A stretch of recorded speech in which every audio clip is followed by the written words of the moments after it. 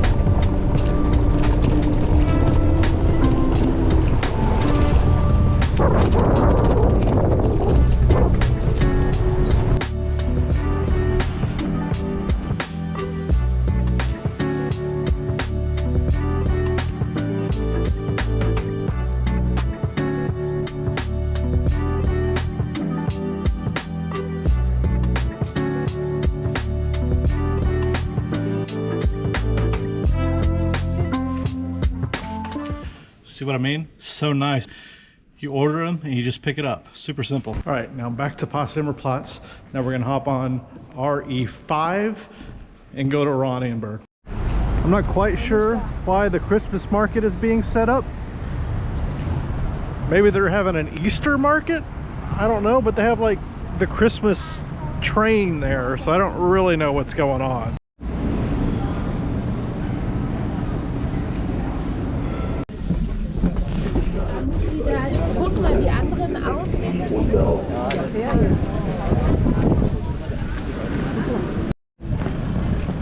So my plan today is to focus on the administration center. It's the newest exhibit that they have, just opened last week, maybe this week. No, I think it was last week.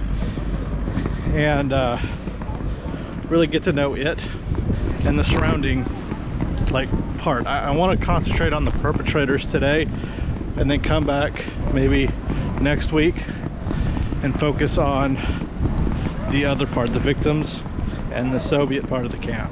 I think that's my plan. It is an absolutely beautiful day today.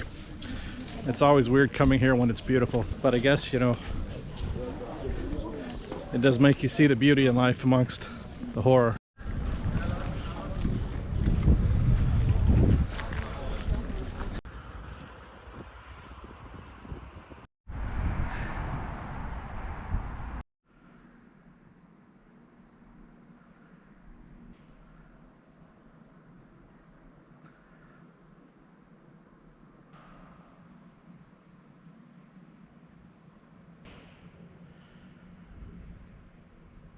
So I just spent about an hour reading everything in here. They can go through all of the videos that they have, but I did read everything. This is a really good exhibit. It's brand new. This just opened last week. They redid it. It's really echoey, but this is the room. This is the administrative office. This is where they made the trains run on time. The organization of the concentration camp system emanated from here. Orders were sent from here. everything, the Zyklon B for the gas chambers was tested here, not in this building, but next door. So this was the heart and the brain of the system. And I saw 2 people in here, but they don't bring tour groups over here, and I think that they're missing out. I'm definitely going to bring my groups here, at least, you know, the ones doing my private tours, for sure.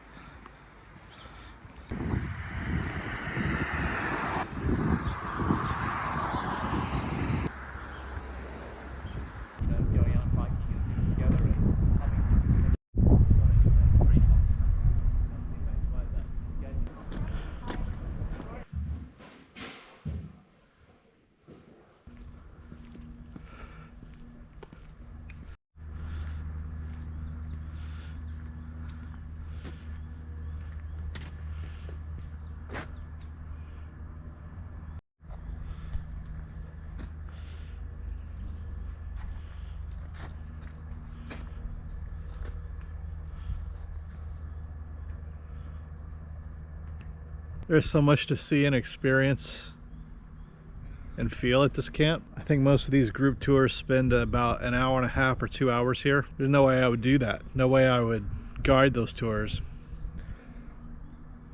I don't know. I'm torn about people visiting these sites. On the one hand, I think it's fantastic. I think education is important, and I think learning about these places and learning about what happened is vital and is important. But there's a line. What is voyeurism, dark voyeurism, and what is education, right? And I don't want to be a voyeur. I don't want to bring people here to be voyeurs and to people who are just interested in the violence of it. I want to educate, and I want to, you know, try to explain the system and get away from this idea that I always hesitate to say this, but just this idea of evil. Oh, they were evil. That's not an explanation for anything. There's an explanation for why this happened, and there's an explanation about the ideology that led to this that is useful for today. And if you just say, well, they were evil, we're not like that. No, they were just people. They were people who had power and used that power to embark on achieving their ideals. And I think, I mean, we definitely can learn from that. For one thing, when people tell you who they are, listen to them. For another, this can happen anywhere to anyone at any time. We'd like to think, at least as Americans, we'd like to think, well, that could never happen to us. Bullshit. Bullshit. We could do this. We are capable of, we have done this. I mean, not in this exact insidious manner, but we've committed genocide. We've enslaved an entire people. So these things do not happen in a bubble, is my point. So I think I'm going to finish walking around here. I don't think I'm actually going to go inside today, inside the camp. I think I'm just going to finish walking through this, what looks like a memorial park, and then head home. That over there is the memorial that was built in 1961 by the East German government. We didn't go in there at all during my training. They didn't even mention it. We walked right by it. So I'm very curious about that. She didn't seem to know a whole lot about that memorial anyway. So I don't know, I might check that out. My back is hurting. This backpack is just too heavy. I got too many books. So I don't know, we'll see. I'm definitely gonna have to come back again. I don't want to overwhelm myself. You know, I want to explore deeply things, like 1 or 2 things at a time. So yeah, I'm gonna finish this, then probably head home.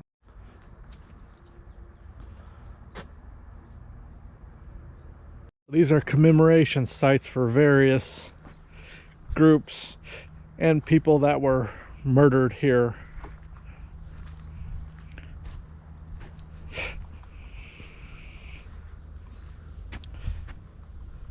So like this one is for a memory of those brave members of the British and Commonwealth forces, many still unknown, who were interned in Sachsenhausen and perished or here or elsewhere at the hands of their captors.